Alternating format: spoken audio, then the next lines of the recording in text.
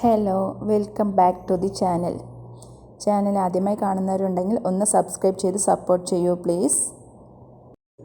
ഇന്നത്തെ വീഡിയോ ഒരു ഹോം റെമഡിയാണ്.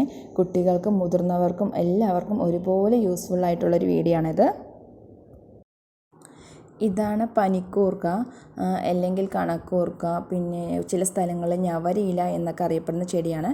ഞങ്ങൾ ഇവിടെ കോമൺ ആയിട്ട് കണക്കൂർക്ക എന്നാണ് പറയാറ് കേട്ടോ. ഇത് ഏറ്റവും കൂടുതൽ ഉപയോഗിച്ച് വരുന്നത് കുഞ്ഞുങ്ങൾക്ക് വേണ്ടിയിട്ട് തന്നെയാണ്. കുഞ്ഞുങ്ങളിലുണ്ടാകുന്ന ചുമ, കഫക്കെട്ട്, പിന്നെ കുഞ്ഞുങ്ങളിൽ കുറുകുറു വലിയൊക്കെ ഉണ്ടാകും. അതൊക്കെ ഏറ്റവും കൂടുതൽ ആശ്വാസം കിട്ടുന്ന ഏറ്റവും നല്ലൊരു ഹോം റെമഡിയാണ് ഇതിൻ്റെ ചാറ്.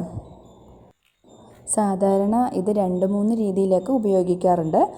തീരെ ചെറിയ കുഞ്ഞുങ്ങൾക്ക് നമ്മൾ ഇതിൻ്റെ ചാറ് കൊടുക്കാറില്ല. അവർക്കിത് ഉപയോഗിക്കുന്ന രീതി എന്ന് പറയുന്നത്, ഇതിൻ്റെ ഒരു ഇലയെടുത്ത് നന്നായി വാട്ടിയിട്ട് തലയുടെ നടുവിൽ ഉച്ചിയിൽ ഇത് കുറച്ച് നേരം വെച്ച് കൊടുക്കുകയാണ് ചെയ്യാറ്. പിന്നെ കുഞ്ഞുങ്ങൾക്കൊരു 6 മാസമൊക്കെ ആയിക്കഴിഞ്ഞാൽ നമ്മൾ ഇതിൻ്റെ 2 ഇല വലിച്ച് അതിനെ വാട്ടി നീരെടുത്ത് ഡയറക്റ്റായിട്ടും കൊടുക്കാം, അല്ലെങ്കിൽ അതിലൂടെ കുറച്ച് തേനും കൂടി ആഡ് ചെയ്തിട്ട് കൊടുക്കാം. ചെറിയ കുഞ്ഞുങ്ങൾക്ക്, അതായത് 1 വയസ്സിന് താഴെയുള്ള കുഞ്ഞുങ്ങൾക്ക് തേന് കൊടുക്കുന്നത് അത്ര നല്ലതല്ല. ഇപ്പോൾ ഡോക്ടേഴ്സൊക്കെ തേന് കൊടുക്കരുതെന്ന് പറയുന്നുണ്ട്. അത് കാരണം ഞാൻ എൻ്റെ മോൾക്ക് ഇതിൻ്റെ ഡയറക്റ്റായിട്ട് വാട്ടിപ്പിഴിഞ്ഞ് നീര് മാത്രം കൊടുക്കാറ്, തേൻ ആഡ് ചെയ്യാറില്ല. ഇനി അടുത്ത ഒരു മെത്തേഡ് എന്ന് പറയുന്നത്, ഇതിൻ്റെ കുറച്ച് ഇലയും ഇതിൻ്റെ കൂടെ തന്നെ കുറച്ച് തുളസി ഇലയും എടുത്ത് ഒന്ന് വാട്ടി ആ ചാറെടുത്ത് അതിൻ്റെ കൂടെ കുറച്ച് തേനും കൂടി ആഡ് ചെയ്തിട്ട് കുഞ്ഞുങ്ങൾക്ക് കൊടുക്കുന്നതും ചുമയ്ക്കും പെട്ടെന്ന് നല്ല ആശ്വാസം കിട്ടാൻ നല്ലതാണ്. ഇനി ഇതിൻ്റെ നീരെടുത്ത് കൊടുത്താൽ കുടിക്കാത്ത കുഞ്ഞുങ്ങൾ, ഇതിന് ചെറിയൊരു എരിച്ചിലുണ്ടാവുമല്ലോ, അപ്പോൾ അതുകൊണ്ട് കുടിക്കാത്ത കുഞ്ഞുങ്ങൾ, അല്ലെങ്കിൽ അത് കൊടുത്താൽ തന്നെ വൊമിറ്റ് ചെയ്ത് കളയുന്ന കുഞ്ഞുങ്ങൾക്കാണെങ്കിൽ നമ്മൾക്ക് ഇതിൻ്റെ 2 ഇല വലിച്ച് 1 ഗ്ലാസ് വെള്ളത്തിൽ തിളപ്പിച്ച് ആറിയിട്ട് ആ വെള്ളം കൊടുക്കാം. അപ്പോൾ ആ വെള്ളത്തിൽ ഇതിൻ്റെ ഒരു ഫീൽ ഉണ്ടാവില്ല, ഒരു മണം ഉണ്ടാവും, എങ്കിലും ആ എരിച്ചിലും കാര്യങ്ങളൊന്നും ഉണ്ടാവില്ല. അങ്ങനെ നമുക്ക് കുഞ്ഞുങ്ങൾക്ക് കൊടുക്കാൻ പറ്റും. ഇത് മുതിർന്നവർക്കും ഒരുപോലെ യൂസ്ഫുൾ ആയിട്ടുള്ളൊരു ഇലയാണ്.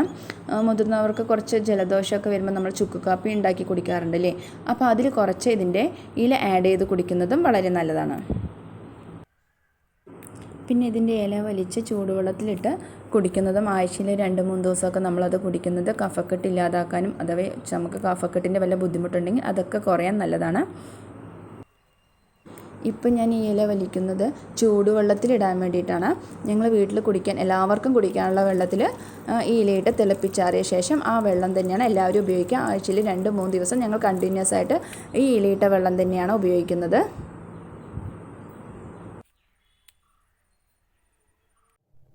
കുഞ്ഞുങ്ങൾക്ക് കൊടുക്കേണ്ട രീതിയാണ് ഇത്. ചെറിയ കുഞ്ഞായ കാരണം കുഞ്ഞിനിപ്പോൾ 8 മാസമായിട്ടുള്ളൂ. അതുകൊണ്ട് ഞാൻ 2 ഇലയാണ് എടുത്തിരിക്കുന്നത്. അത് നന്നായിട്ടൊന്ന് തീയിൽ വെച്ചൊന്ന് വാട്ടിയെടുക്കുകയാണ്.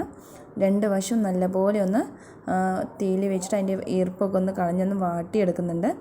അതിന് ശേഷം നന്നായിട്ടൊന്ന് പിഴിഞ്ഞ് നീരെടുത്ത് നമ്മൾ കുഞ്ഞുങ്ങൾക്ക് കൊടുക്കുകയാണ് ചെയ്യാറ്. ഡയറക്റ്റായിട്ട് തന്നെ കൊടുക്കാം, തേൻ ആഡ് ചെയ്യേണ്ട ആവശ്യമില്ല. തേൻ ആഡ് ചെയ്യുന്നവർ തേൻ ആഡ് ചെയ്യാം. ഞാൻ തേനൊന്നും ആഡ് ചെയ്യാറില്ല. ഞാനത് നീരെടുത്തിട്ട് ഡയറക്റ്റായിട്ട് കുഞ്ഞിന് കൊടുക്കുക ചെയ്യാറ്. ഇത് ഞാൻ മോൾക്ക് കൊടുക്കാറുണ്ട് കേട്ടോ. ജലദോഷവും ചുമയൊക്കെ വന്നു കഴിഞ്ഞാൽ ഞാൻ കൊടുക്കാറുണ്ട്. ചെറിയ ചുമയുടെ സ്റ്റാർട്ടിങ് കണ്ടപ്പോൾ ഞാനിത് മോൾക്ക് വേണ്ടി ഉണ്ടാക്കിയതാണ്. ഞാൻ ഡയറക്റ്റായിട്ട് ഇത് മോൾക്ക് കൊടുക്കാറാണ് ചെയ്യാറ്. മോളത് കുടിക്കാറുണ്ട്.